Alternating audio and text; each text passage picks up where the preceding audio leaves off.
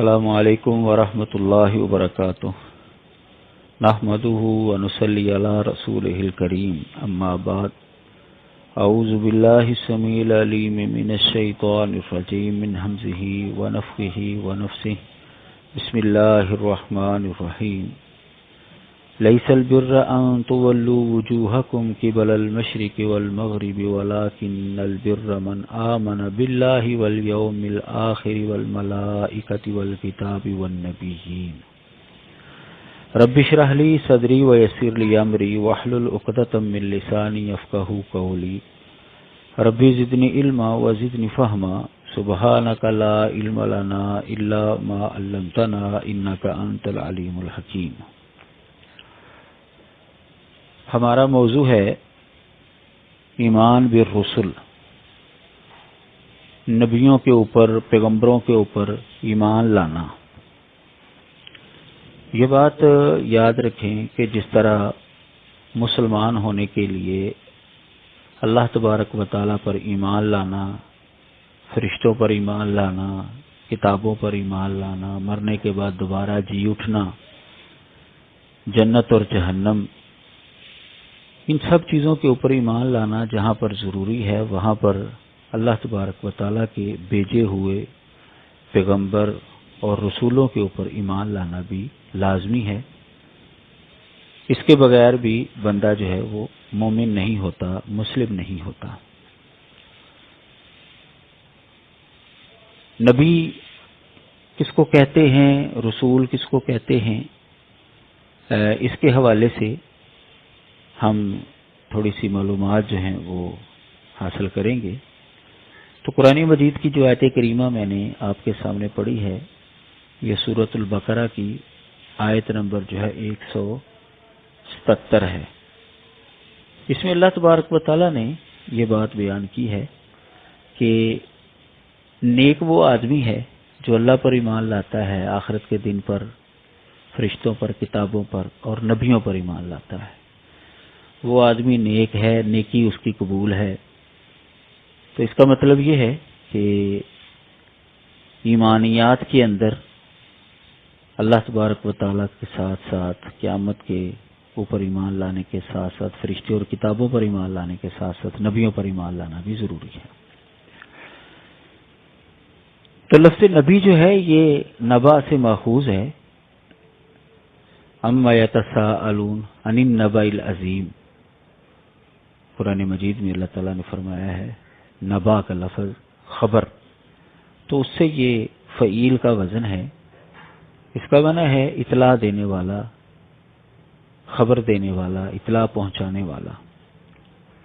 یہ لغوی اعتبار سے اس کا معنی ہے، جبکہ اصطلاحی اعتبار سے اس کا یہ معنی بنتا ہے کہ وہ شخص جس کو اللہ تبارک و تعالیٰ نے چنا تاکہ اللہ کا پیغام، جو نجات والا پیغام ہے، وہ انسانوں تک پہنچائے۔ دوسرا لفظ رسول ہے،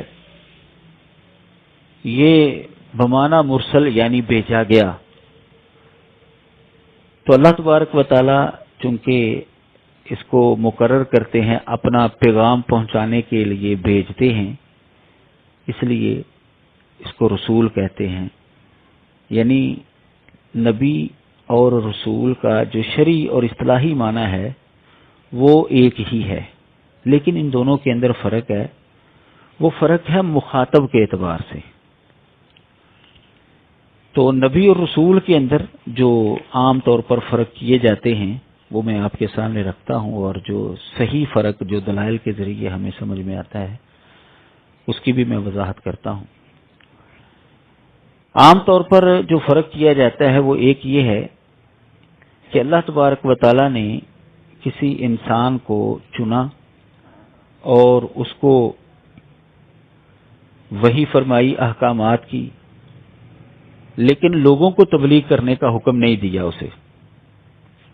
مثلا یہ وحی آئی کہ نماز ایسے پڑھو، روزہ ایسے رکھنا ہے، وغیرہ وغیرہ، لیکن اللہ تعالیٰ نے اس کو یہ حکم نہیں دیا کہ یہ لوگوں کو بھی بتاؤ۔ اس کو نبی کہا جاتا ہے۔ لیکن اگر اس کے ساتھ ساتھ اللہ تعالیٰ حکم دے دے کہ لوگوں کو بھی بتانا ہے تم نے، تو اس کو رسول کہا جاتا ہے۔ یہ عام طور پر ایک فرق کیا جاتا ہے۔ دوسرا فرق یہ کیا جاتا ہے کہ نبی وہ ہے جو سابقہ شریعت کی پیروی کرے، اللہ تعالیٰ اس کو حکم دیں کہ تم نے پچھلی شریعت کی پیروی کرنی ہے، اور اگر وہ الگ شریعت لے کر آیا ہے تو اس کو نبی اور رسول کہا جائے گا، یعنی وہ رسول ہوگا۔ جو رسول ہوتا ہے وہ نبی بھی ہوتا ہے، لیکن ہر نبی جو ہے وہ رسول نہیں ہوتا۔ ان دونوں یہ دونوں جو فرق کیے گئے ہیں، ان کا نتیجہ یہی نکلتا ہے۔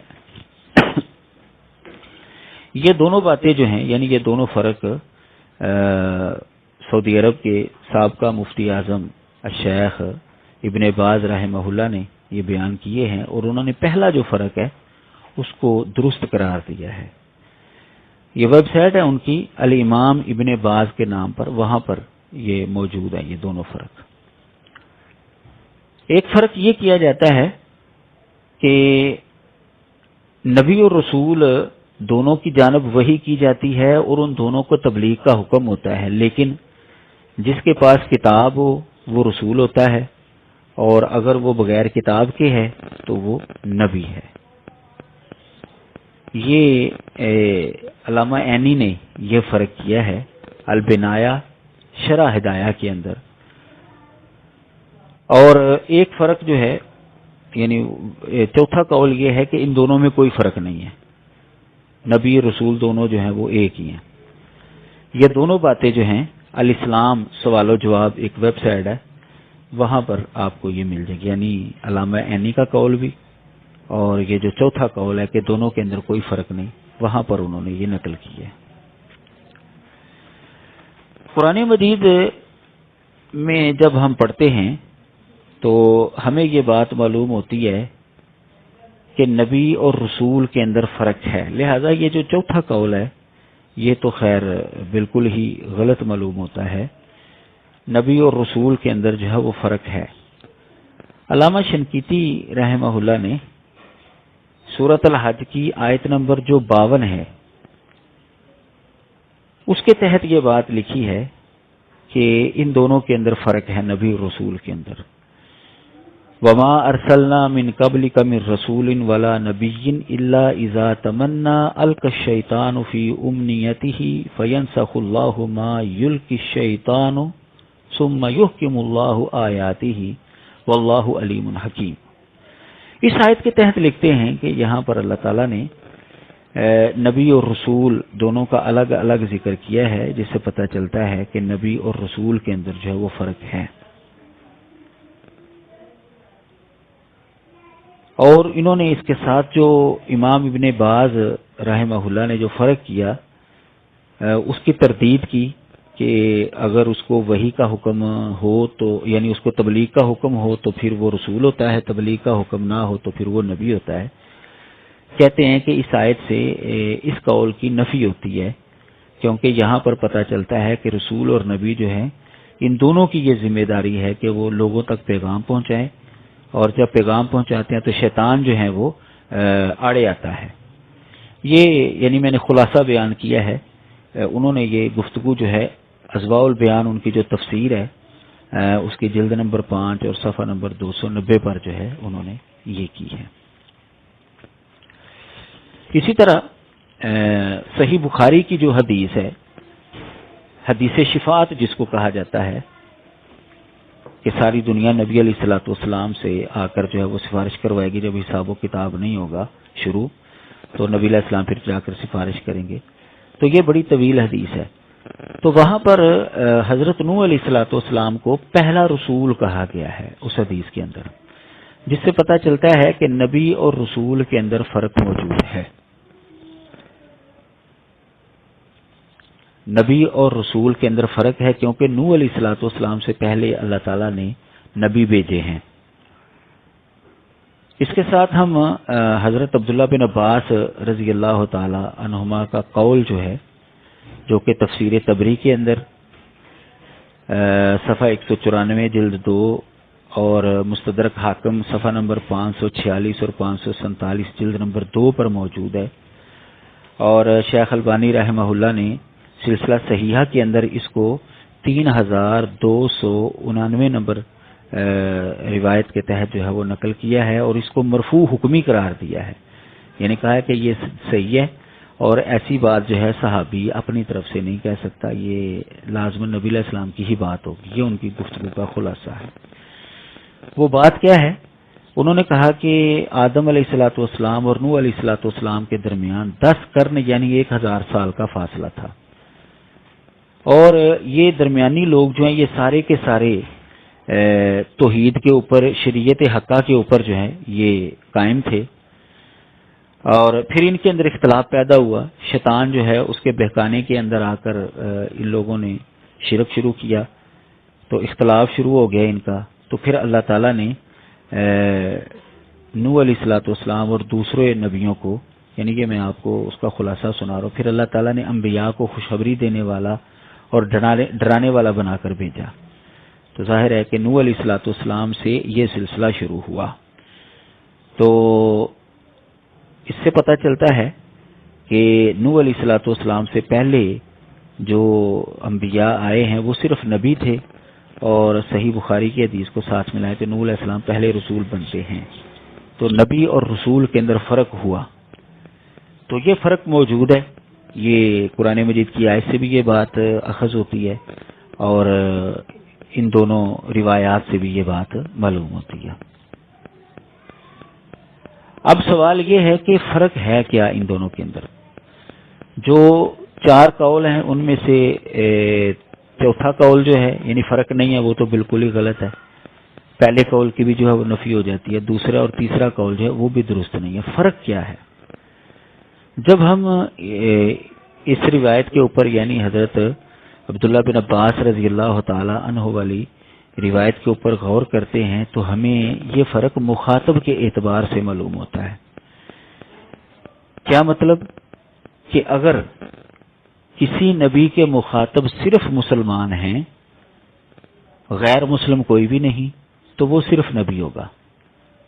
لیکن اگر کسی نبی کے مخاطب غیر مسلم بھی ہیں، مشرک ہیں، اس نبی نے آ کر ان کو توحید کے دلائل دینے ہیں،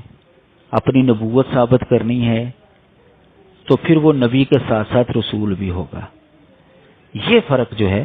ان دونوں کے اندر جو ہے وہ معلوم ہوتا ہے، یعنی مخاطب کے اعتبار سے ان کے اندر فرق ہے۔ امام ابن تیمیہ رحمۃ اللہ علیہ نے اپنی کتاب النبوات کے اندر اس بات کے اوپر روشنی ڈالی ہے۔ انہوں نے کہا ہے کہ نبی وہ شخص ہے جس کو اللہ تعالیٰ احکامات بتائے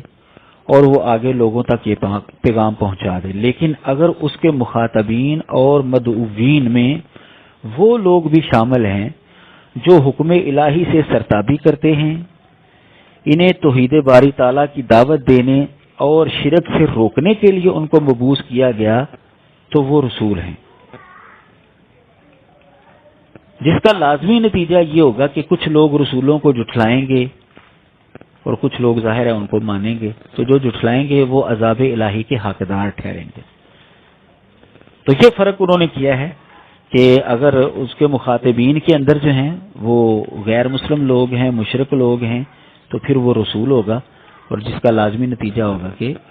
اس کے جو مدعوین ہیں وہ اس کو ٹھکرائیں گے بھی، تو پھر عذاب بھی آئے گا اللہ کا۔ تو پھر اس کے اوپر انہوں نے قرآن مجید کی چند آیات جو ہیں وہ پیش کی ہیں، میں آپ کے سامنے وہ پڑھتا ہوں۔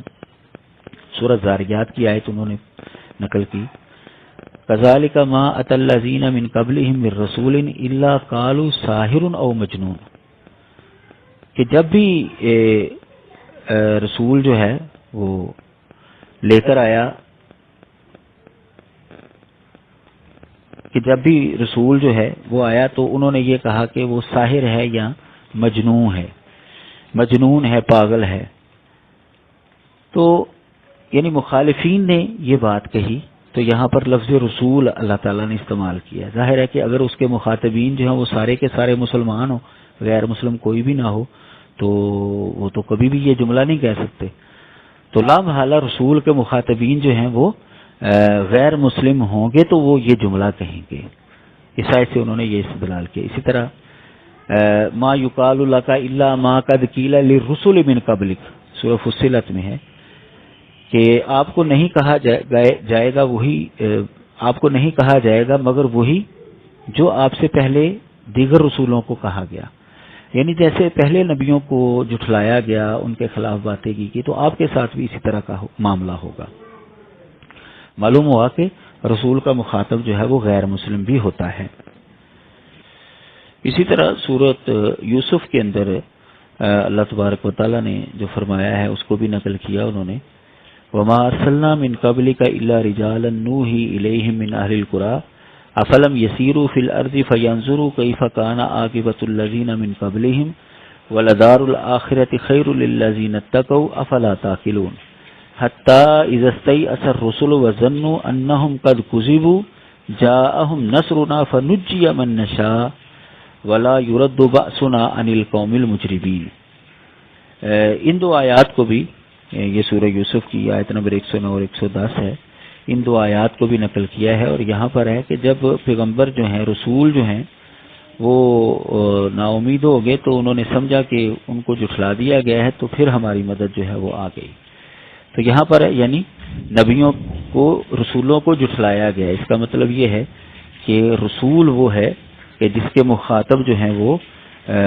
غیر مسلم ہوں، جو رسولوں کو جھٹلاتے ہیں۔ اسی طرح سورہ غافر کی آیت بھی انہوں نے نقل کی،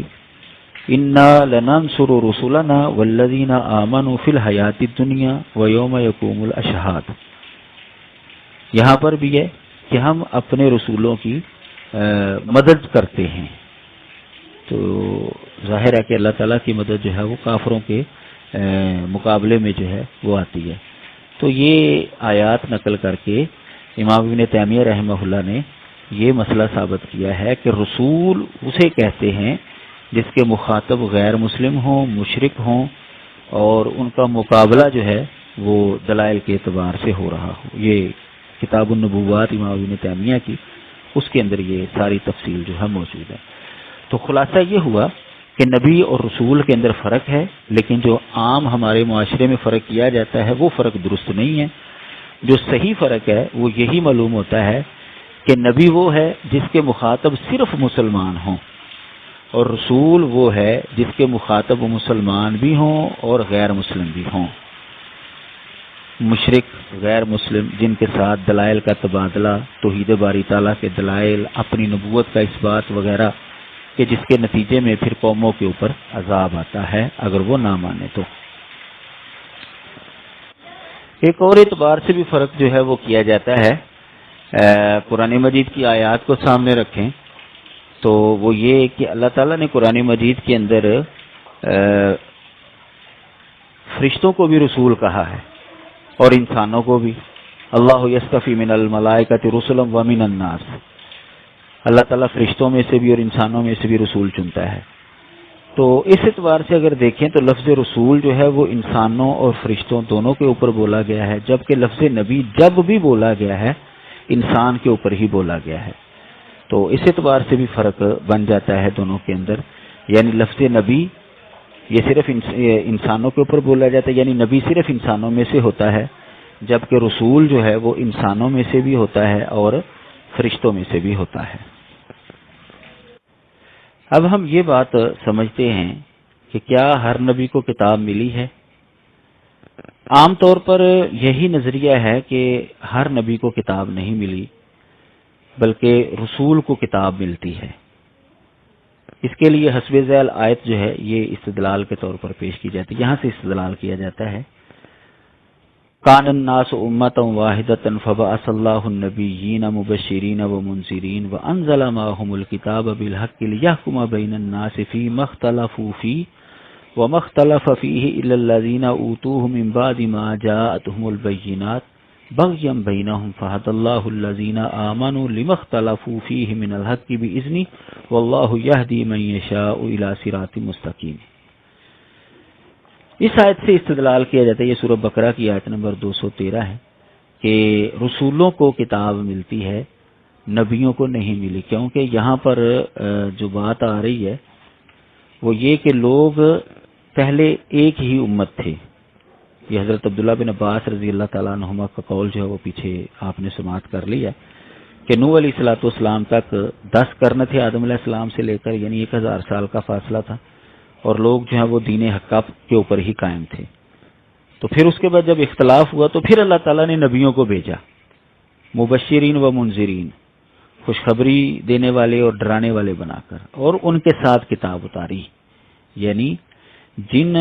نبیوں کا ٹاکرا ہوا، یہاں پر لفظ نبی ہے لیکن مراد اس سے رسول ہیں، کیونکہ جیسا کہ تفصیل آپ نے سماعت کر لی کہ رسول وہ ہوتا ہے جس کا مقابلہ جو ہے وہ غیر مسلموں کے ساتھ ہو، جس کے مخاطب غیر مسلم ہو۔ تو جب اختلاف شروع ہوا پھر اللہ تعالیٰ نے جو نبی بھیجے ہیں نا ان کے ساتھ کتاب بھیجی ہے۔ اس آیت سے یہ استدلال کیا جاتا ہے، اور اسی طرح جو ہے آگے جا کر جو ہے وہ ایمان والوں کو اللہ تعالیٰ نے ہدایت دے دی، اور لوگوں نے جو ہے وہ کتاب ملنے کے بعد جو ہے سرکشی کرتے ہوئے جو ہے وہ اختلاف کیا۔ تو اس سے پتہ چلتا ہے کہ یہ رسولوں کی ہی بات ہو رہی ہے، کیونکہ رسولوں کے مخاطب جو ہیں وہ غیر مسلم ہوتے ہیں، جو صرف نبی ہے اس کا مخاطب غیر مسلم نہیں ہوتا۔ تو اس تفصیل سے ہمیں یہ بات معلوم ہوئی کہ کتاب ہر نبی کو نہیں ملی بلکہ کتاب رسولوں کو ملتی ہے۔ اب یہاں پر سوال جو ہے وہ باقی رہتا ہے کہ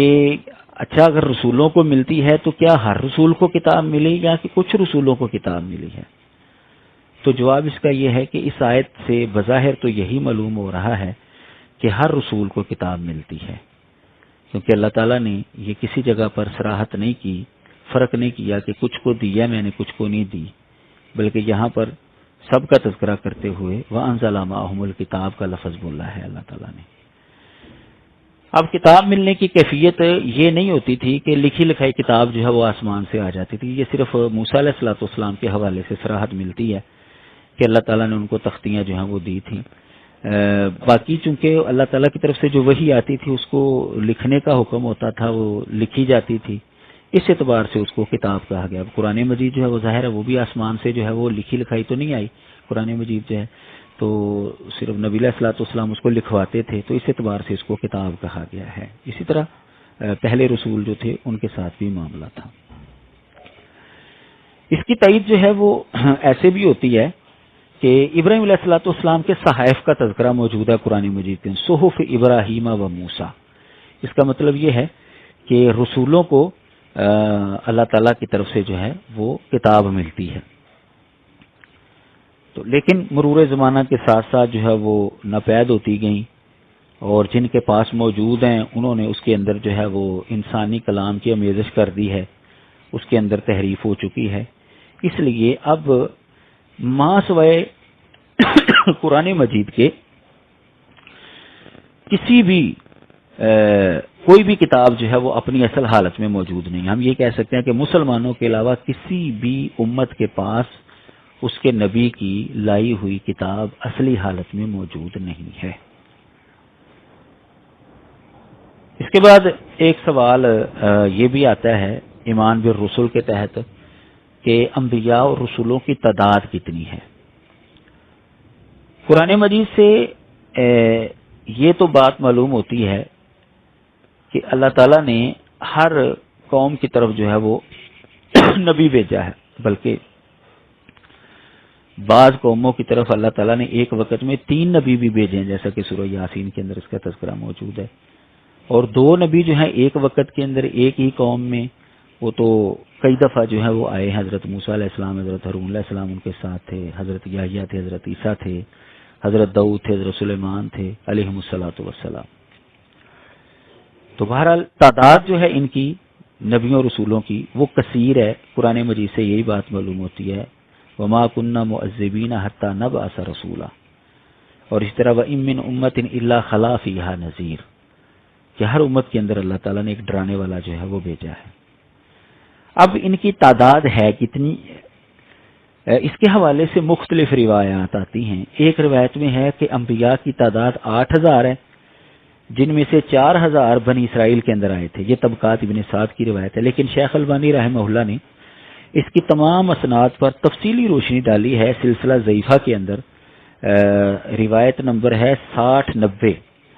تو تو اس کے تحت انہوں نے یہ ثابت کیا ہے، یعنی خلاصہ یہ نکالا ساری بحث کرنے کے بعد کہ یہ روایت سند اور متن دونوں کے اعتبار سے مضطرب ہے، لہذا یہ روایت صحیح نہیں ہے کہ نبیوں کی تعداد 8000 تھی۔ دوسری روایت جو پیش کی جاتی ہے وہ ہے حضرت ابو ذر غفاری رضی اللہ تعالیٰ عنہ کے حوالے سے کہ نبی علیہ الصلوۃ والسلام نے فرمایا تھا کہ انبیاء کی تعداد 1,20,000 ہے۔ یہ ابن حبان کے اندر روایت موجود ہے، لیکن شیخ البانی فرماتے ہیں کہ اس کی سند کے اندر ابراہیم بن ہشام الغسانی راوی متروک اور متہم بالکذب ہے، لہذا یہ روایت بھی جو ہے ضعیف ہوئی۔ یہ بھی سلسلہ ضعیفہ روایت نمبر 60-90 کے تحت انہوں نے اس کے اوپر بھی گفتگو کی ہے۔ حضرت ابو امامہ رضی اللہ تعالیٰ عنہ کی ایک روایت ہے جو ہمارے معاشرے میں معروف ہے کہ نبیوں کی تعداد 1,24,000 ہے، نبیوں کی تعداد 1,24,000 جو ہے وہ بتائی جاتی ہے۔ اس روایت میں جیسا کہ میں نے بتایا کہ یہ معروف ہے، 1,24,000 کی تعداد ہے، اور ان میں جو رسول آئے ہیں وہ 315 ہیں، یہ اس روایت کے اندر بات موجود ہے، لیکن اس کو بھی شیخ البانی رحمہ اللہ نے ضعیف قرار دیا ہے کیونکہ اس کی سند کے اندر علی بن یزید راوی جو ہے وہ ناقابل اعتبار ہے۔ اس پر بھی بحث انہوں نے سلسلہ ضعیفہ روایت نمبر 60-90 کے تحت جو ہے وہ کی ہے۔ البتہ اس کے اندر جو 315 رسول آئے ہیں یہ جملہ جو ہے یہ درست ہے، یہ آگے روایت جو ہے میں آپ کے سامنے رکھتا ہوں وہ صحیح ہے۔ اسی طرح کی ایک اور روایت بھی ہے کہ نبی علیہ السلام نے فرمایا کہ میں 1000 یا اس سے زیادہ انبیاء کا خاتم یعنی سب سے آخر میں آنے والا ہوں۔ یہ مستدرک حاکم اور مسند احمد وغیرہ کے اندر روایت ہے، لیکن یہ روایت بھی ضعیف ہے، اس کے اندر مجالد راوی جو ہے وہ ضعیف ہے۔ یہ اس کے اوپر بھی شیخ البانی نے سلسلہ ضعیفہ روایت نمبر 60-90 کے تحت گفتگو کی ہے۔ تو جیسا کہ میں نے بتایا کہ 315 رسول ہیں، یہ روایت یہ جملہ درست ہے۔ یہ حضرت ابو امامہ رضی اللہ تعالیٰ عنہ کی ایک روایت ہے کہ ایک آدمی نے آ کر نبی علیہ الصلوۃ والسلام سے پوچھا کہ کیا آدم علیہ الصلوۃ والسلام نبی تھے؟ آپ نے فرمایا جی ہاں وہ نبی تھے، ان کی طرف وحی ہوتی تھی۔ پھر اس نے سوال کیا ان کے اور نوح علیہ السلام کے درمیان کتنی مدت ہے، کتنا فاصلہ ہے؟ تو نبی علیہ السلام نے فرمایا 10 قرن 10 صدیاں یعنی 1000 سال، وہ جیسا کہ حضرت عبداللہ بن عباس کی روایت بھی آپ نے پیچھے سماعت کر لی۔ پھر اس نے عرض کی اے اللہ کے نبی صلی اللہ علیہ وسلم مجھے بتائیں کہ رسولوں کی تعداد کتنی ہے؟ تو نبی علیہ الصلوۃ والسلام نے فرمایا 315۔ شیخ البانی رحمہ اللہ نے اس روایت کو سلسلہ صحیحہ روایت نمبر 2668 یعنی 2668 کے تحت جو ہے نقل کیا اور اس کی سند کو صحیح قرار دیا ہے، اور انہوں نے کہا کہ یہ مجلس من الامالی، یہ ابو جعفر رزاز کی کتاب ہے، اس کے اندر یہ حدیث موجود ہے اور اس کی سند جو ہے وہ صحیح ہے۔ تو نبیوں کی تعداد وہ کسی صحیح حدیث سے ثابت نہیں ہوتی، البتہ رسولوں کی تعداد 315 ہے، یہ صحیح سند کے ساتھ ہمیں ملتا ہے۔ یہ تو ہوئی کچھ معلومات انبیاء اور رسولوں کے حوالے سے۔ اب ہم آتے ہیں اس بات کی طرف کہ ایمان بالرسل یعنی نبیوں رسولوں کے اوپر ایمان لانے کا مطلب کیا ہے اور اس کا انداز کیا ہے۔ تو جیسا کہ ابھی آپ نے سماعت کیا کہ انبیاء کی تعداد جو ہے وہ معلوم نہیں ہے، البتہ رسولوں کی تعداد 315 ہے۔ تو ان کے اوپر ایمان لانے کی کیفیت دو طرح کی ہے، ایک اجمالی اور ایک تفصیلی۔ اس کا مطلب یہ ہے کہ جن انبیاء کا تذکرہ نام لے کر قرآن اور حدیث کے اندر آ گیا ہے تو ہم نے ان نبیوں کو ناموں کے ساتھ ماننا ہے، جیسے حضرت ابراہیم علیہ السلام ہے، حضرت آدم علیہ السلام ہے، حضرت موسیٰ، حضرت عیسیٰ، حضرت زکریا وغیرہ جن نبیوں کے نام آئے ہیں قرآن کے اندر، وہ میں آگے جا کر ان کے نام جو ہے وہ آپ کو بتاتا ہوں، ابھی آپ یہ بات سمجھ لیں۔ یعنی جن نبیوں کا تذکرہ موجود ہے ناموں کے ساتھ، ہم نے ان کو ناموں سمیت ماننا ہے، ان کے اوپر ایمان لانا ہے کہ یہ اللہ کے سچے نبی اور سچے رسول تھے۔ اس کو کہیں گے ہم تفصیلی ایمان۔ اور جن کا تذکرہ نہیں ہے قرآن اور حدیث کے اندر، ہم ان کے اوپر اجمالی ایمان لائیں گے، یعنی ان کے علاوہ بھی اللہ تعالیٰ نے کئی نبی اور کئی رسول جو ہیں بھیجے ہیں، قرآن مجید میں اللہ تعالیٰ نے اس بات کو بیان کیا ہے کہ بعض نبی ایسے ہیں کہ ہم نے ان کا واقعہ آپ کو بیان کر دیا ہے، ان کا تذکرہ آپ کے سامنے کر دیا، اور بعض ایسے ہیں کہ ان کا تذکرہ ہم نے نہیں کیا۔ تو جن کا تذکرہ ہو گیا ہے ہم ان کو ناموں کے ساتھ مانیں گے، یعنی ہم یہ کہیں گے موسیٰ علیہ السلام اللہ کے نبی ہیں، ابراہیم علیہ السلام اللہ کے نبی ہیں، ہمارا اس کے اوپر ایمان ہے، یعنی اس طرح یہ تفصیلی ایمان ہے۔ اور اجمالی ایمان کا مطلب یہ ہے کہ جن کا تذکرہ ہمیں اس طرح نہیں ملتا، ہم یہ ایمان لائیں گے کہ وہ بھی نبی ہوئے ہیں، یعنی جن کا تذکرہ ان کے علاوہ بھی نبی ہوئے ہیں، لیکن وہ کون ہیں یہ ہمیں معلوم نہیں ہے۔ ہمارے معاشرے میں بعض لوگوں کو نبی جو ہے وہ باور کروایا جاتا ہے، جیسا کہ ہندوؤں میں جو رام کا تصور ہے، بعض لوگ کہتے ہیں وہ بھی اپنے وقت کا نبی تھا، اسی طرح زرتشت ہے، اس کو بھی بعض لوگ جو کہتے ہیں جی وہ بھی اپنے وقت کا نبی تھا۔ تو ہم ایگزیکٹ جیسے ہم موسیٰ علیہ السلام کو نام کے ساتھ نبی مانتے ہیں، ہم ان کو ایسے نہیں مان سکتے۔ کیوں کہ ان کے حوالے سے نہ قرآن کے اندر تذکرہ موجود ہے، نہ حدیث کے اندر تذکرہ موجود ہے۔ لیکن ہم بہرحال یہ ایمان ضرور رکھیں گے کہ ان علاقوں کے اندر نبی بہرحال آئے ہیں، کیونکہ قرآن مجید نے فرمایا ہے وَإِن مِّنْ أُمَّةٍ إِلَّا خَلَا فِيهَا نَذِيرٌ، لہٰذا ہر قوم کی طرف نبی ضرور آئے، لیکن یہ والے لوگ جو ہیں یہ نبی ہیں، یہ ہم اس بات کو تسلیم نہیں کرتے، کیونکہ اس کے بارے میں قرآن اور حدیث نے خاموشی اختیار کی ہے۔ بہرحال نبی آیا ہے، ان کے اندر ہمارا اس نبی کے اوپر ایمان ہے، اس کو اجمالی ایمان کہا جائے گا۔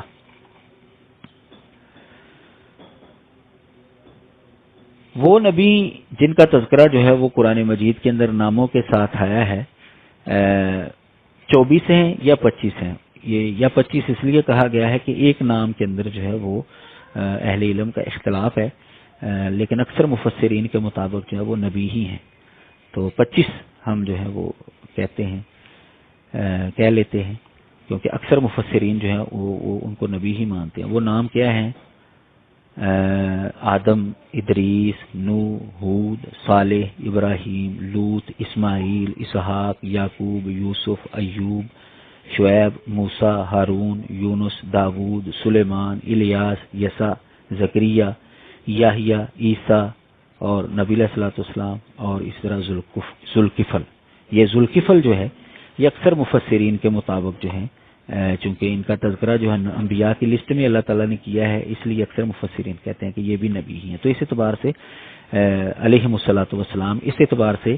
یہ نبی ہیں جن کا نام جو ہے وہ قرآن کے اندر ہے۔ یہ ہمارے شیخ اور استاد حافظ عبدالسلام بٹوی حافظہ اللہ کی تفسیر ہے، تفسیر القرآن الکریم، اس کے صفحہ نمبر 437 اور جلد نمبر 1 پر جو ہے انہوں نے اس بات کی صراحت کی ہے کہ ذوالکفل کو اکثر مفسرین جو ہیں وہ نبی مانتے ہیں۔ تو اس لیے ہم یہ کہیں گے کہ قرآن مجید کے اندر 25 انبیاء کے ناموں کا تذکرہ موجود ہے۔ احادیث کے اندر بھی بعض نبیوں کے نام جو ہیں وہ ہمیں ملتے ہیں، مثلا حضرت یوشع علیہ الصلوۃ والسلام، یوشع بن نون جو ہیں، یہ سورۃ الکہف کے اندر موسیٰ علیہ الصلوۃ والسلام کا واقعہ ہے۔ تو ان کے ساتھ جو نوجوان تھا وہ حضرت یوشع تھے، لیکن وہ نبی ہیں، وہ موسیٰ علیہ السلام کے بعد نبی بنے ہیں۔ اس کا تذکرہ ہمیں حدیث سے ملتا ہے۔ وہ کیسے کہ نبی علیہ الصلوۃ والسلام نے فرمایا ہے کہ یوشع کے علاوہ کسی انسان کے لیے سورج نہیں روکا گیا۔ جب حضرت یوشع علیہ الصلوۃ والسلام نے بیت المقدس کو فتح کرنا تھا تو اس وقت سورج کو جو ہے وہ روک دیا گیا، اس کے علاوہ جو ہے وہ کسی انسان کے لیے نہیں روکا گیا۔ یہ مسند احمد کے اندر روایت موجود ہے، روایت کا نمبر ہے 8298 اور جلد نمبر ہے 2 اور صفحہ نمبر 325 ہے، اور اس کی سند بخاری کی شرط پر صحیح ہے۔ یعنی اس حدیث سے پتہ چلا کہ حضرت یوشع علیہ السلام کے لیے اللہ تعالیٰ نے سورج کو کچھ دیر کے لیے جو ہے وہ روکا تھا تاکہ اندھیرا نہ ہو اور یہ فتح حاصل کر لے۔ اور دوسری حدیث جو صحیح مسلم کے اندر حدیث ہے، اس میں نبی علیہ السلام کا یہ فرمان ہے کہ جس شخص کے لیے، یعنی نبی علیہ الصلوۃ والسلام نے فرمایا کہ نبیوں میں سے ایک نبی نے جہاد کیا تو اس نے اللہ تعالیٰ سے دعا کی اور سورج کو جو ہے اس کے لیے روک دیا گیا۔ تو پچھلی حدیث سے پتہ چلتا ہے کہ وہ حضرت یوشع تھے جن کے لیے سورج روکا گیا۔ تو پتہ چلا کہ حضرت یوشع جو ہے یہ بھی نبی، یہ صحیح مسلم کے اندر حدیث ہے، 4653 نمبر حدیث ہے۔ اسی طرح ایک نام ملتا ہے شیس، یہ بھی روایت کے اندر ملتا ہے، صحیح ابن حبان کے اندر روایت موجود ہے، لیکن یہ وہی ہے پیچھے حضرت ابو امامہ رضی اللہ تعالیٰ عنہ والی حدیث، جس کو شیخ البانی رحمہ اللہ نے سلسلہ ضعیفہ کے اندر 60-90 کے تحت ابراہیم بن ہشام الغسانی کی وجہ سے جو ہے وہ ضعیف قرار دیا ہے۔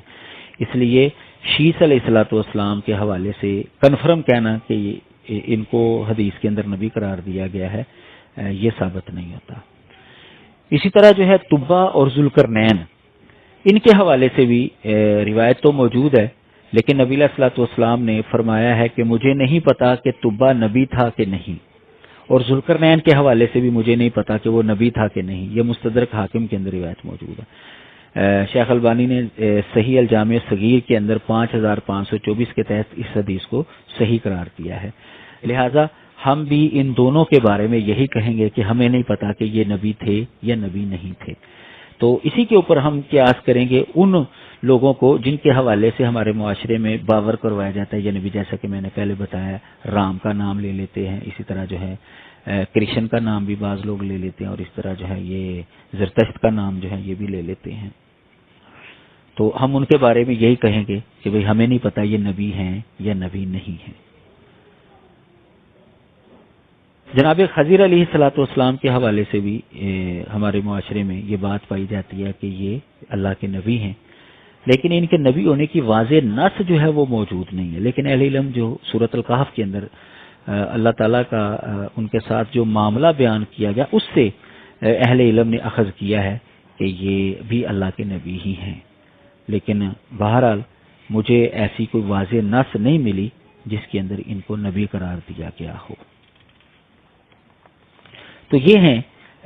چند ایک نام جو ہمیں قرآن اور حدیث کے اندر ملتے ہیں، اور ان میں سے کون نبی ہے اور کون نبی نہیں ہے اس کا میں نے تذکرہ آپ کے سامنے کر دیا ہے۔ تو یہ ہے ایمان بالرسل، یعنی نبیوں کے اوپر ایمان لانے کی کیفیت۔ تو اب نبی علیہ الصلوۃ والسلام کے اوپر ہم نے ایمان لانا ہے، لیکن ایمان لانے کے ساتھ ساتھ تابعداری بھی آپ کی کرنی ہے۔ تو جو پہلے نبی ہیں ان کے اوپر صرف ایمان لانا ہے ہم نے کہ وہ اللہ کے نبی ہیں، ہمارا اس کے اوپر ایمان ہے، لیکن محمد صلی اللہ علیہ وسلم کے اوپر ہم نے ایمان بھی لانا ہے اور تابعداری بھی ان کی کرنی ہے۔ کیوں کہ اب ان کا دور نبوت چل رہا ہے، جس نبی کا دور نبوت چل رہا ہوگا اس نبی کے دور کے اندر جو بھی انسان ہوں گے، جو بھی اس کی نبوت کے دائرہ کار کے اندر آئیں گے، وہ اس کے اوپر ایمان لانے کے ساتھ ساتھ اس کی پیروی بھی کریں گے۔ نبی علیہ الصلوۃ والسلام نے فرمایا تھا لو کان موسیٰ حیا لما وسعہ الا اتباعی، کہ اگر موسیٰ بھی زندہ ہوتا تو وہ بھی میری ہی پیروی کرتا۔ تو نبی علیہ الصلوۃ والسلام کی پیروی کرنا جو ہے اب یہ لازم ہے۔ ایمان بالرسل دور حاضر کے اندر، یعنی نبی علیہ السلام کے دعوے کے بعد ایمان بالرسل کا یہ تقاضا ہے کہ سب نبیوں کے اوپر ایمان لایا جائے اور محمد صلی اللہ علیہ وسلم کے اوپر ایمان لانے کے ساتھ ساتھ ان کی پیروی بھی کی جائے اور ان کی لائی ہوئی شریعت کو فالو کیا جائے۔ یہ ہے جی ایمان بالرسل لانے کا مطلب اور مفہوم۔ لیکن ہمارے ہاں بعض لوگ جو ہیں وہ نبی علیہ الصلوۃ والسلام کے اوپر ایمان لانے کو ضروری قرار نہیں دیتے، اس کو وہ وحدت ادیان کا جو ہے وہ نظریہ کہتے ہیں۔ تو اس کے اوپر میں تھوڑی دیر کے بعد گفتگو کرتا ہوں۔ تو ابھی میں آپ کے سامنے یہ بات رکھتا ہوں کہ ایک نبی کو اگر کوئی بندہ جھٹلائے گا، تکذیب کرے گا، تو اس نے سارے نبیوں کو جھٹلا دیا، یہ قرآن مجید سے بات معلوم ہوتی ہے۔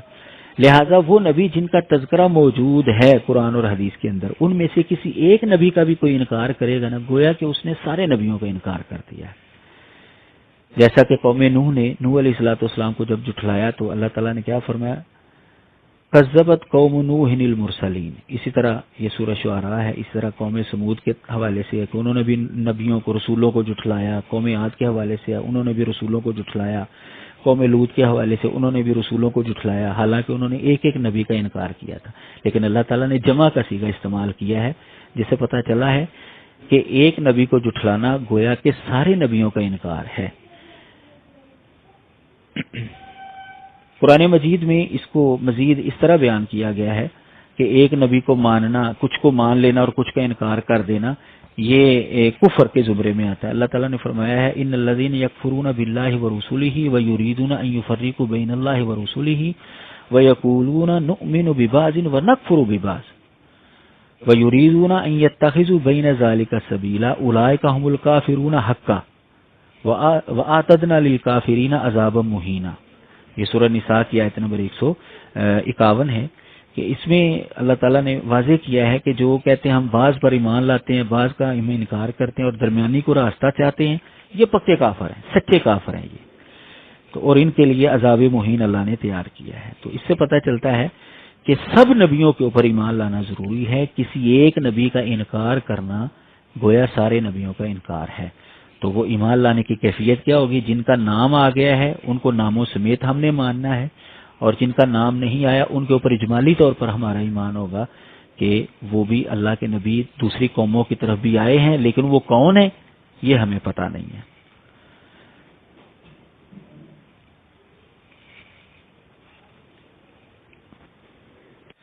اب میں آپ کے سامنے یہ بات رکھتا ہوں کہ کسی نبی کی نبوت وہ کیسے ثابت کی جائے گی۔ تو نبی علیہ الصلوۃ والسلام کے بعد چونکہ نبوت کا دروازہ بند ہو گیا ہے، اس لیے بعد والوں کو تو پرکھنے کی کوئی ضرورت ہی نہیں ہے،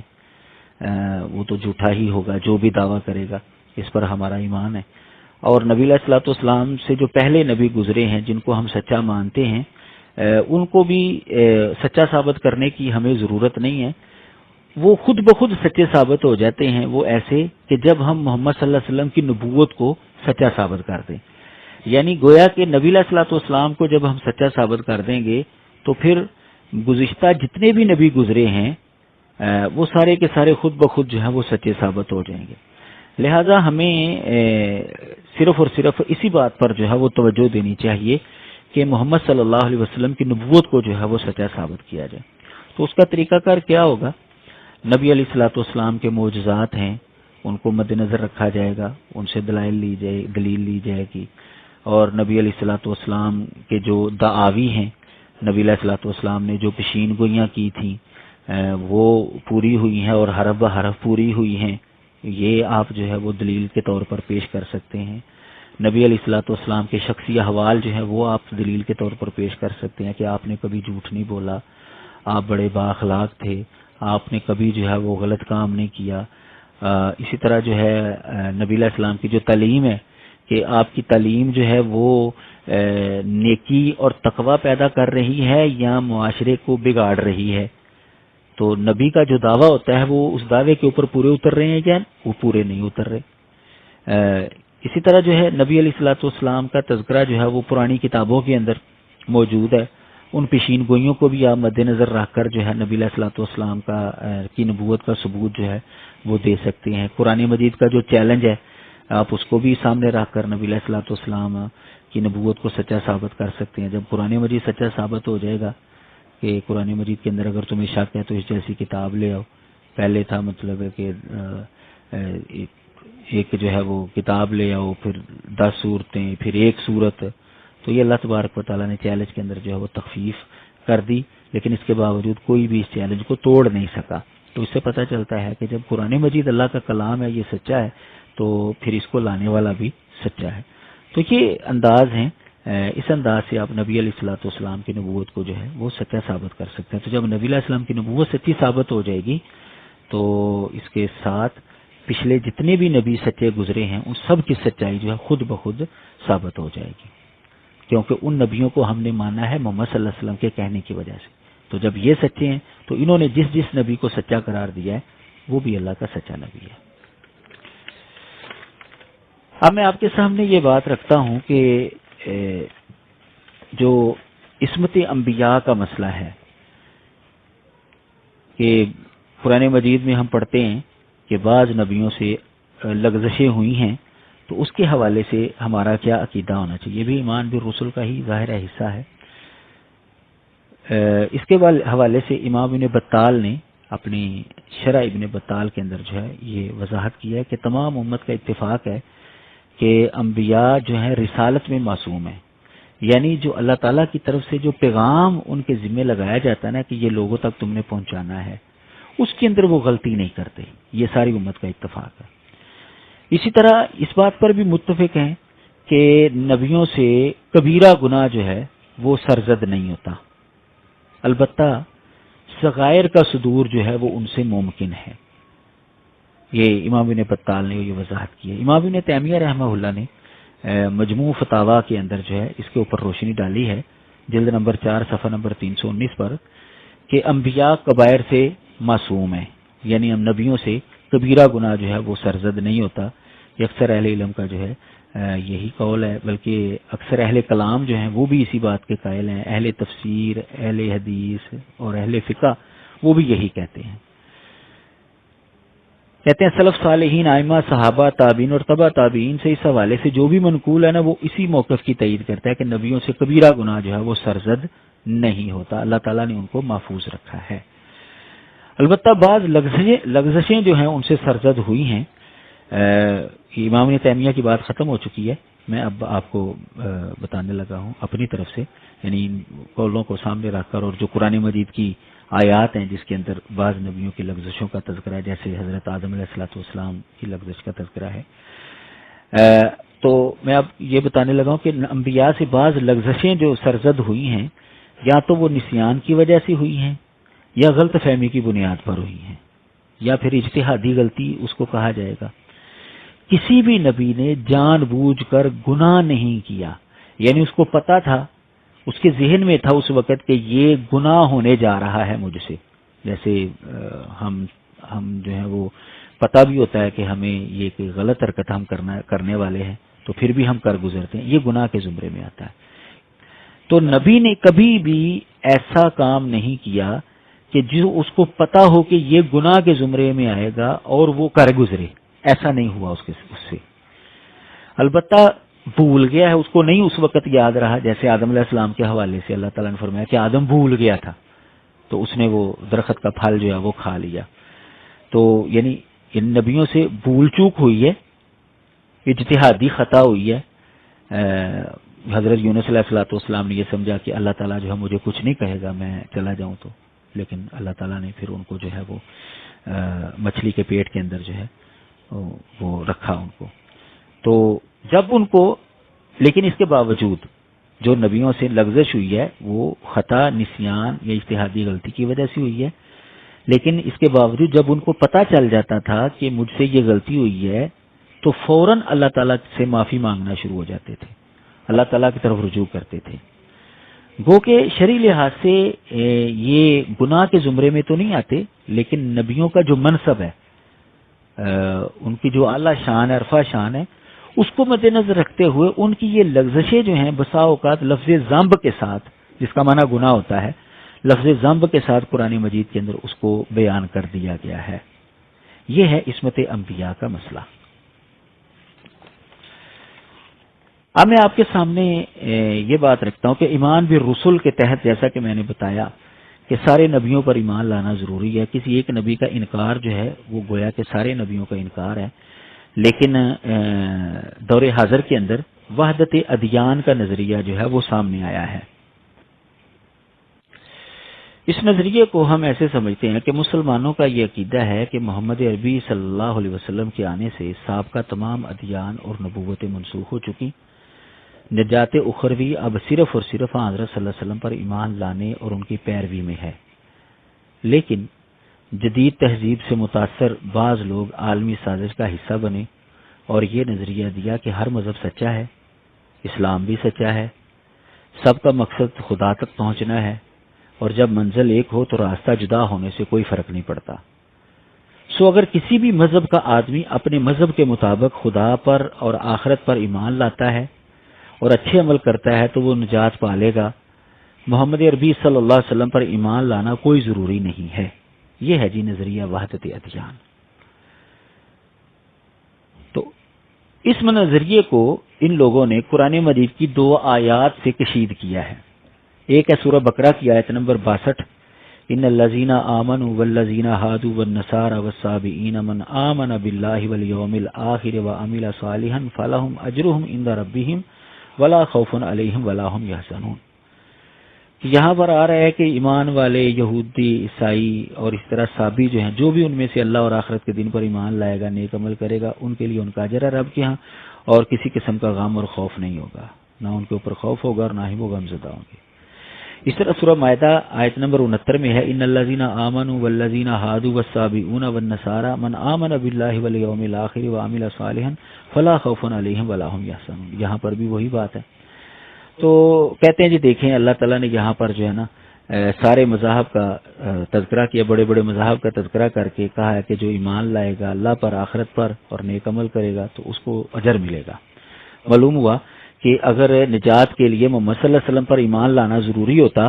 تو اس کا بھی تذکرہ کر دیا جاتا، لیکن اس کا تذکرہ ہے نہیں، لہذا وہ کوئی ضروری نہیں ہے. ہر مذہب سچا ہے، ہر مذہب جو ہے وہ دو چیزوں پر ایمان لے ہے، یعنی اللہ پر، آخرت کے دن پر، اور نیک عمل کرے تو اس کی نجات ہو جائے گی. یہ ہے جی ان کا نظریہ اور یہ ان کا استدلال ہے ان دو آیات سے. اب ہم اس کا تجزیہ کرتے ہیں کہ یہ نظریہ وحدت ادیان یعنی نبی علیہ الصلوۃ والسلام کے بغیر نجات مل سکتی ہے کہ نہیں مل سکتی. ہم اب اس کا تجزیہ کرتے ہیں. وہ یہ ہے کہ کسی بھی مسئلے کے اوپر اگر ایک سے زیادہ دلیلیں ہوں تو ان سب کو سامنے رکھ کر پھر نتیجہ نکالا جاتا ہے. تو ان لوگوں کی گمراہی کا سبب یہی ہے کہ انہوں نے صرف ان دو آیتوں کو سامنے رکھا ہے اور باقی جو اس موضوع کے متعلقہ آیات ہیں ان کو چھوڑ دیا ہے انہوں نے. تو ہم وہ دیکھتے ہیں. پہلے نمبر پر بات یہ ہے کہ نبی علیہ الصلوۃ والسلام نے خود جو ہے اللہ پر ایمان لانے کی تشریح کر دی ہے. اس آیت میں آ رہا ہے نا کہ جو اللہ پر ایمان ہے، تو اللہ پر ایمان لانے کا مطلب کیا ہے؟ یہ صحیح بخاری حدیث نمبر 53 میں ہے. وفد عبد القیس جب آیا تھا تو نبی علیہ السلام نے ان کو 4 باتوں کا حکم دیا تھا اور 4 چیزوں سے روکا تھا. ان 4 باتوں میں سے پہلی بات یہ تھی کہ تم اکیلے اللہ پر ایمان لاؤ. تو نبی علیہ السلام نے پھر ان سے پوچھا تمہیں پتہ ہے اکیلے اللہ پر ایمان لانے کا مطلب کیا ہے؟ تو انہوں نے کہا جی نہیں، اللہ اور اس کا رسول ہی بہتر جانتے ہیں، آپ بتائیں ہمیں. تو نبی علیہ السلام نے بتایا اکیلے اللہ پر ایمان لانے کا مطلب یہ ہے کہ گواہی دینا کہ اللہ کے علاوہ کوئی بھی معبود برحق نہیں اور گواہی دینا کہ محمد صلی اللہ علیہ وسلم اللہ کے رسول ہیں. یعنی یہ جو آیت میں آ رہا ہے کہ اللہ پر ایمان لائے گا تو اس کے اندر محمد صلی اللہ علیہ وسلم پر ایمان لانا جو ہے وہ شامل ہے. اکیلے اللہ پر ایمان لانے کا یہ حصہ ہے کہ وقت کے نبی کے اوپر بھی ایمان لایا جائے. یہ اس کا پہلا تجزیہ کہ نبی علیہ السلام نے خود اس کی تشریح کر دی ہے. دوسرے انداز سے اگر آپ اس کو دیکھیں گے کہ اللہ پر ایمان لانے کا مطلب پھر کیا ہے، ظاہر ہے سارے جانتے ہیں کہ اللہ پر ایمان لانے کا مطلب یہ ہے کہ اللہ کو ایک ماننا اور اللہ کی بات کو ماننا. تو اب اللہ کی بات ہے کیا؟ قرآن مجید میں اللہ تعالیٰ نے فرمایا ہے کہ ان الدین عند اللہ الاسلام، اور دوسرے مقام پر فرمایا ومن یبتغی غیر الاسلام دینا فلن یقبل منہ وہو فی الآخرۃ من الخاسرین. دین اسلام ہے اللہ کے ہاں، اور اسلام کے علاوہ کوئی بھی دین جو تلاش کرے گا اس سے وہ ہرگز قبول نہیں کیا جائے گا اور وہ آخرت میں خسارہ پانے والوں میں سے ہوگا. تو جب اللہ پر ایمان لانا ہے تو اللہ نے خود بتا دیا ہے کہ اسلام کے علاوہ اب کوئی دین اور مذہب قبول نہیں ہوگا. تیسرا انداز یہ ہے کہ قرآن مجید میں اللہ تعالیٰ نے سب نبیوں پر ایمان لانا جو وہ ضروری قرار دیا ہے. کسی کو ماننا اور کسی کو نہ ماننا یہ کفر ہے، جیسا کہ پہلے بھی یہ آیت جو ہے وہ آپ کے سامنے تلاوت کی گئی. ان الذین یکفرون باللہ ورسلہ ویریدون ان یفرقوا بین اللہ ورسلہ ویقولون نؤمن ببعض ونکفر ببعض ویریدون ان یتخذوا بین ذلک سبیلا اولئک هم الکافرون حقا واعتدنا للکافرین عذابا مہینا.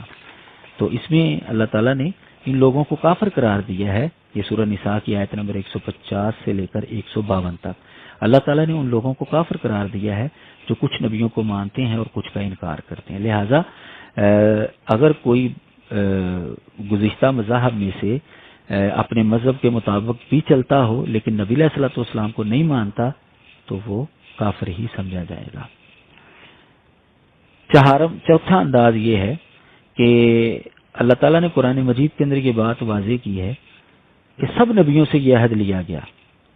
وَإِذْ أَخَذَ اللَّهُ مِيثَاقَ النَّبِيِّينَ لَمَا آتَيْتُكُم مِّن كِتَابٍ وَحِكْمَةٍ، کہ جب اللہ تعالیٰ نے نبیوں سے یہ عہد لیا کہ جب تمہیں کتاب و حکمت میں سے کچھ دوں گا پھر تمہارے پاس نبی ہے تو تم نے اس پر ایمان لانا ہے اور اس کی مدد کرنی ہے. اب اس کے 2 مفہوم ہیں. ایک یہ کہ یہ وعدہ جو ہے نبیوں سے محمد صلی اللہ علیہ وسلم کے حوالے سے لیا گیا کہ اگر تمہاری زندگی میں محمد صلی اللہ علیہ وسلم آ جائیں تو تم نے اپنی نبوت کو چھوڑ کر ان پر ایمان لانا. دوسرا یہ مفہوم بیان کیا جاتا ہے کہ ہر پہلے نبی سے یہ عہد لیا گیا کہ بعد والے نبی کے اوپر اگر تمہاری زندگی میں بعد والا نبی آ گیا تو تم نے اس کے اوپر ایمان لانا ہے۔ تو اب دونوں مفہوموں کے اعتبار سے یہ بات لازمی نتیجے کے اوپر، اسی نتیجے کے اوپر پہنچتی ہے کہ اگر کسی نبی کی زندگی میں دوسرا نبی آ جائے تو اس کی ذمہ داری یہ بنتی تھی کہ وہ اس پر ایمان لائے۔ تو اگر اس نبی کی امت کی زندگی کے اندر دوسرا نبی آ جائے تو کیا اس کے اوپر ایمان لانا ضروری نہیں ہے؟ اس کے لیے ذمہ داری نہیں ہے کہ وہ اس نبی کو مانے؟ بالکل اس کی بھی یہ ذمہ داری ہے۔ جب نبی کو چھوٹ نہیں ہے تو اس نبی کی امت کو چھوٹ کیسے ہو سکتی ہے؟ لہذا محمد صلی اللہ علیہ وسلم کے آنے کے بعد سابقہ ساری امتوں کو یہ لازم تھا کہ وہ محمد صلی اللہ علیہ وسلم کے اوپر ایمان لائیں، اس کے بغیر ان کی نجات نہیں ہو سکتی۔ یہ سورۃ آل عمران کی آیت نمبر 81 ہے۔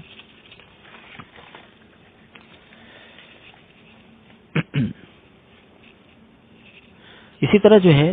پیچھے آیات آپ نے سماعت فرمائی، پانچواں انداز یہ ہے ان کے استدلال کے تجزیے کا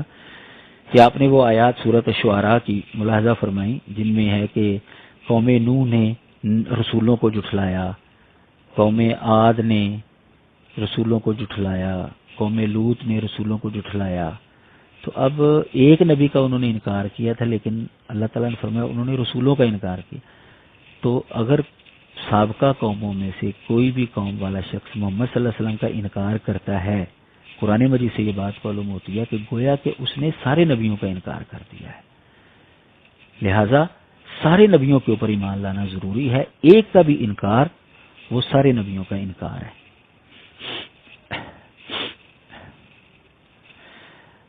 چھٹا انداز یہ ہے کہ نبی علیہ الصلوۃ والسلام کی نبوت جو ہے وہ ساری دنیا کے لیے تھی اور آپ نے ساری دنیا کو اپنے اوپر ایمان لانے کی دعوت دی۔ اگر نبی علیہ الصلوۃ والسلام کے اوپر ایمان لانا ضروری ہی نہیں ہے لوگوں کے لیے تو پھر آپ کو ساری دنیا کے لیے نبی بنایا کیوں گیا، اور سارے نبیوں کو، ساری قوموں کو دعوت کیوں دی گئی کہ آپ کے اوپر ایمان لاؤ؟ یہ تو بالکل جو ہے یہ بے مقصد سارا جو ہے وہ معاملہ جو ہے وہ معلوم ہو رہا ہے۔ اللہ تعالیٰ نے قرآن کے اندر فرمایا اللہ تعالیٰ نے قرآن مجید کے اندر فرمایا ہے یا ایھا الناس قد جاءکم الرسول بالحق من ربکم فآمنوا خیرا لکم وإن تکفروا فإن للہ ما فی السماوات والارض وکان اللہ علیما حکیما۔ اے لوگو، تمہارے پاس پیغمبر آ گیا ہے، یہ پیغمبر آ گیا حق لے کر تمہارے رب کی جانب سے، تم ایمان لے آؤ، بہتر ہے تمہارے لیے۔ اگر تم نے کفر کیا، اب دیکھیے یعنی نبی علیہ الصلوۃ والسلام کے اوپر ایمان لانے کی دعوت اللہ تعالیٰ ساری انسانیت کو دے رہے ہیں اور فرما رہے ایمان لے آؤ، بہتر ہے۔ اگر تم نے کفر کیا، اس کا مطلب یہ ہے کہ نبی علیہ السلام کا انکار یہ کفر ہے۔ تو یاد رکھو اللہ کے لیے جو آسمان اور جو زمین میں، اور اللہ تعالیٰ خوب جاننے والا، خوب حکمت والا ہے۔ اسی طرح جو ہے یہ خاص اہل کتاب کے حوالے سے بھی اللہ تعالیٰ نے یہ آیت نازل کی سورۃ آل عمران آیت نمبر 20 میں، کہ ان کو یہ کہا گیا کہ اگر تم ہدایت یافتہ ہونا چاہتے تو اسلام لے آؤ، تم جو اہل کتاب ہیں، جو امی ہیں، آپ ان سے پوچھیں اسلم تم، کیا تم نے اسلام قبول کر لیا؟ فإن اسلموا، تو اگر وہ اسلام قبول کر لیں، فقد اہتدوا، تو پھر وہ ہدایت یافتہ، یعنی ہدایت کے لیے ظاہر ہدایت ملے گی تو اللہ کی طرف سے نجات ملے گی۔ اسلام قبول کرنا جو ہے وہ اہل کتاب کے لیے بھی ضروری ہے۔ وَقُلْ لِلَّذِينَ أُوتُوا الْكِتَابَ وَالْأُمِّيِّينَ أَأَسْلَمْتُمْ، تو خاص اہل کتاب کا بھی تذکرہ آ گیا۔ تو جو لوگ غیر مسلم سازش کا حصہ بنے ہوئے ہیں اور یہ ثابت کرنے کی کوشش کر رہے ہیں، اپنے آپ کو مسلمان بھی کہتے ہیں اور یہ ثابت کرنے کی کوشش کر رہے ہیں کہ جی نبی علیہ الصلوۃ والسلام کے اوپر ایمان لانے کے بغیر بھی نجات مل سکتی ہے، تو انہیں اپنے عقیدے کی درستگی کرنی چاہیے اور قرآن مجید کی یہ ساری آیات کو سامنے رکھ کر پھر مسئلہ جو ہے وہ بیان کرنا چاہیے کہ مسئلہ جو ہے وہ یہی نکلتا ہے کہ محمد صلی اللہ علیہ وسلم کے اوپر ایمان لانے کے بغیر نجات نہیں ہے۔ آخری بات پیچھے آپ نے سماعت کیا کہ محمد صلی اللہ علیہ وسلم کا اگر کوئی انکار کریں گے، آپ پر ایمان نہیں لائیں گے تو کفر کے اندر چلے جائیں گے۔ تو اللہ تعالیٰ نے دوسرے مقام پر فرمایا ہے ان الذین کفروا وماتوا وهم کفار اولئک علیہم لعنۃ اللہ والملائکۃ والناس اجمعین خالدین فیہا لا یخفف عنہم العذاب ولا هم ینظرون کہ بے شک وہ لوگ جنہوں نے کفر کیا اور کفر کی حالت میں ہی وہ مر گئے، ان کے اوپر اللہ کی لعنت ہے، فرشتوں کی اور لوگوں کی، سب کی جو ہے یہ لعنت ہے، اور ہمیشہ ہمیشہ اس کے اندر رہیں گے، ان سے عذاب نہ کم کیا جائے گا اور نہ ہی وہ مہلت دیے جائیں گے۔ تو یہ بات معلوم ہوئی کہ محمد صلی اللہ علیہ وسلم کا انکار کفر ہے، اور جو آدمی کفر کی حالت میں مرے گا وہ ہمیشہ ہمیشہ عذاب کے اندر رہے گا، اس کی نجات ہرگز نہیں ہو سکتی۔ لہٰذا ان دونوں آیات کو ان سارے دلیلوں کی روشنی میں دیکھا جائے تو یہی مطلب بنتا ہے کہ ہر قوم اپنے اپنے نبی کے زمانے میں اپنے نبی کو بھی مانتی ہو اور اللہ پر اور آخرت کے دن پر بھی ایمان لاتی ہو اور نیک عمل کرتی ہو تو اس کے لیے نجات ہے، یہی اس کا صحیح مفہوم بنتا ہے۔ اور جیسے ہی دوسرا نبی آ جائے گا تو وہ اس نبی کے اوپر جو ہے وہ پھر ایمان لانا ان کے لیے لازم ہے، اور محمد صلی اللہ علیہ وسلم کے بعد چونکہ آپ کی نبوت جو ہے وہ ساری دنیا کے لیے، اس لیے سارے مذاہب کے اوپر یہ لازم ہے کہ وہ محمد صلی اللہ علیہ وسلم کے اوپر ایمان لائیں اگر وہ اخروی نجات لینا چاہتے ہیں۔ نبی علیہ الصلوۃ والسلام نے ایک حدیث کے اندر یہ بھی فرمایا ہے کہ اس امت میں کوئی بھی یہودی اور عیسائی جو ہے اس نے میرے بارے میں سن لیا پھر بھی وہ ایمان نہیں لاتا تو وہ آگ کے اندر جائے گا۔ یہ صحیح مسلم کے اندر حدیث ہے۔ وآخر دعوانا ان الحمد للہ رب العالمین۔